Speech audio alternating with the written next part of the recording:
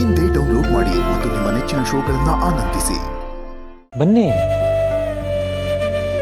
Please, ಒಳಗಡೆ ಬನ್ನಿ.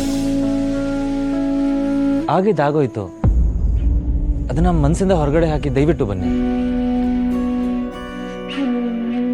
Dad dad, you okay? Sorry dad, ಯಾರೋ ಏನೋ ಅಂದಿದ್ದಕ್ಕೆ ನೀವು ನೊಂದ್ಕೊಳ್ಳೋ ಹಾಗಾಯ್ತು. ಡ್ಯಾಡ್, ಕೆಲವೊಂದ್ಸಲ ನಿಯತ್ತಾಗಿರೋ ನಾಯಿ ಬೊಗಳಕ್ಕೆ ಶುರು ಮಾಡುತ್ತೆ, ಆದರೆ ತನ್ನ ತಪ್ಪು ತನ್ನ ಅರಿವಾದಾಗ ಅನ್ನ ಹಾಕ್ತವ್ರು ಕಾಲು ಬುಡಕ್ಕೆ ಬಂದು ಬೀಳುತ್ತೆ. ನೀವು ಸಮಾಧಾನ ಮಾಡ್ಕೊಳ್ಳಿ ಡ್ಯಾಡ್, ಬೇಜಾರು ಮಾಡ್ಕೋಬೇಡಿ. ಆದ್ರೆ ನಾಯಿಗಿರೋ ನಿಯತ್ತು ಮನುಷ್ಯನ ನಾಲ್ಗೆಗಿರಲ್ವಲ್ಲ. ಬಂಗಾರಿ, ಮತ್ತೆ ಯಾಕೆ ಅದೆಲ್ಲ? ಮತ್ತೆ ಆ ವಿಷಯ ಮಾತಾಡೋದು ಬೇಡ.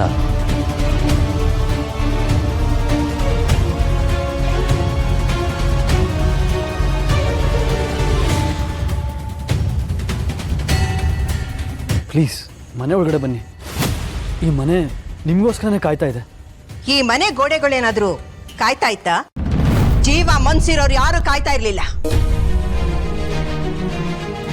ಯಾವುದೇ ಕಾರಣಕ್ಕೂ ಇವನು ಒಳಗಡೆ ಬರೋ ಹಾಗಿಲ್ಲ. ಬಂಗಾರಿ, ಅಜ್ಜಿ,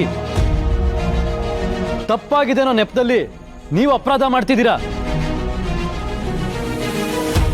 ಬಂಗಾರಿ, ಈ ಹಠ ಎಲ್ಲ ಬೇಡ. ತಪ್ಪು ಮಾಡಿದ್ರೆ ಅದನ್ನ ತಿದ್ಕೊಳ್ಳೋದು ಮುಖ್ಯ ಅಲ್ವಾ? ನೋಡು, ಈ ವಿಷಯದಲ್ಲಿ ನನ್ನ ಮನ್ಸು ಹೊಲ್ಸಕ್ ಬರಬೇಡ.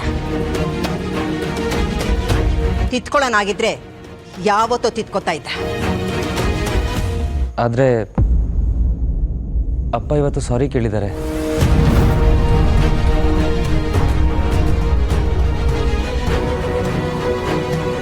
ನಿಜವಾಗ್ಲೂ ಮನ್ಸಾರೆ ಸಾರಿ ಕೇಳಿದ್ರು. ಈ ಸಲ ಅವ್ರನ್ನ ದಯವಿಟ್ಟು ಕ್ಷಮಿಸು, ನನಗೋಸ್ಕರ ಪ್ಲೀಸ್. ಈ ಗುಣ ಮನುಷ್ಯನ್ನ ದೊಡ್ಡವನಾಗಿ ಮಾಡೋದು.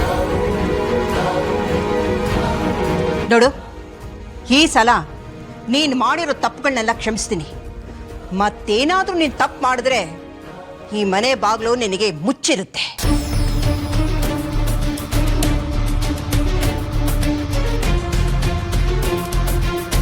ಡ್ಯಾಡ್,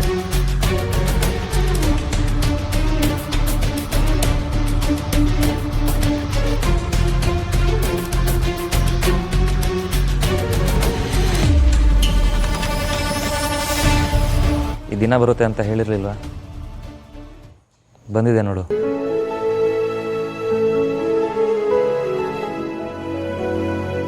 ನಿಜವಾಗ್ಲೂ ಇವ್ರು ಇಷ್ಟೊಂದು ಬದಲಾದ್ರ? ಇದು ಹೇಗೆ ಸಾಧ್ಯ? 9 ತಿಂಗಳು ಹೊತ್ತು ನೋವು ಸಹಿಸಿ ಹೆತ್ತಿರೋ ಮಗುನ ಯಾವ ತಾಯಿ ತಾನೇ ತೊಟ್ಟಿಗೆ ಹಾಕ್ತಾಳೆ? ಆದರೆ ಯಾವ ದಾರಿನೂ ಕಾಣದೆ ಮಗುನ ಬಿಟ್ಟು ಹೋಗಿದ್ದಾಳೆ ಅಂದರೆ ಅಂಥ ಸಂತಾನನ?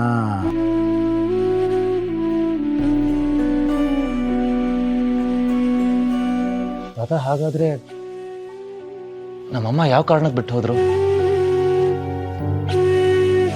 ಅವ್ರಿಗೆ ನಾನ್ ಬೇಡ ಅನ್ನೋಷ್ಟು ದೊಡ್ಡ ಸಮಸ್ಯೆ ಏನಿತ್ತು ತಾತ? ನನ್ನ ಉಳಿಸ್ಕೊಳ್ಳೋಕೆ ಒಂದೇ ಒಂದು ಅವಕಾಶ ಅವಳ ಹತ್ರ ಇರಲಿಲ್ವಾ?